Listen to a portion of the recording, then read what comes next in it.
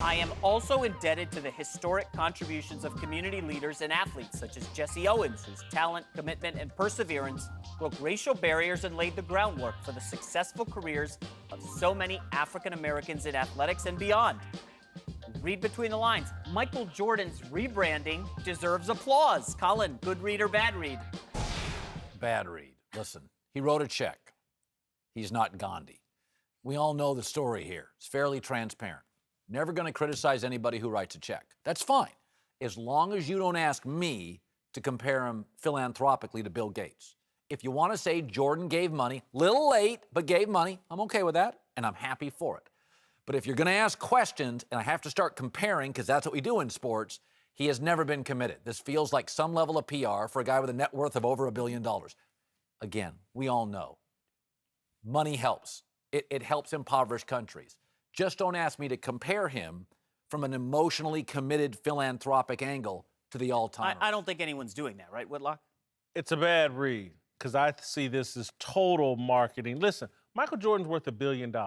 He gives money to charity all the time because you have to when you make that much money as a tax write-off. You just can't keep it all because the government will take a bunch of it. So what I find inauthentic about this is the announcement, because I'm sure this isn't the first time he's given money to something charitable and something positive.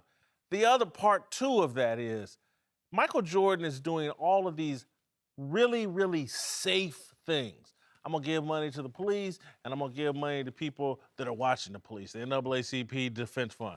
I'm going to give money to the National Museum Institute or whatever, and I'm going to put out a press statement about Jesse Owens. What about if Michael Jordan wants to do something real, take that $5 million and invest in a black-owned bank in a black community.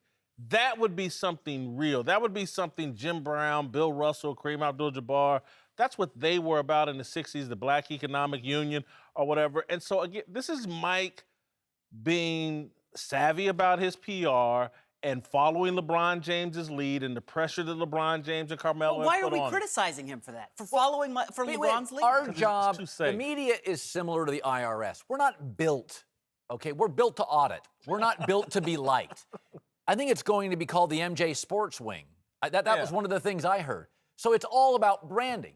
I'm happy for the check, but we are here to watch people do things, whether they're politics or national icons or superstars, and make judgments. My judgment is yours.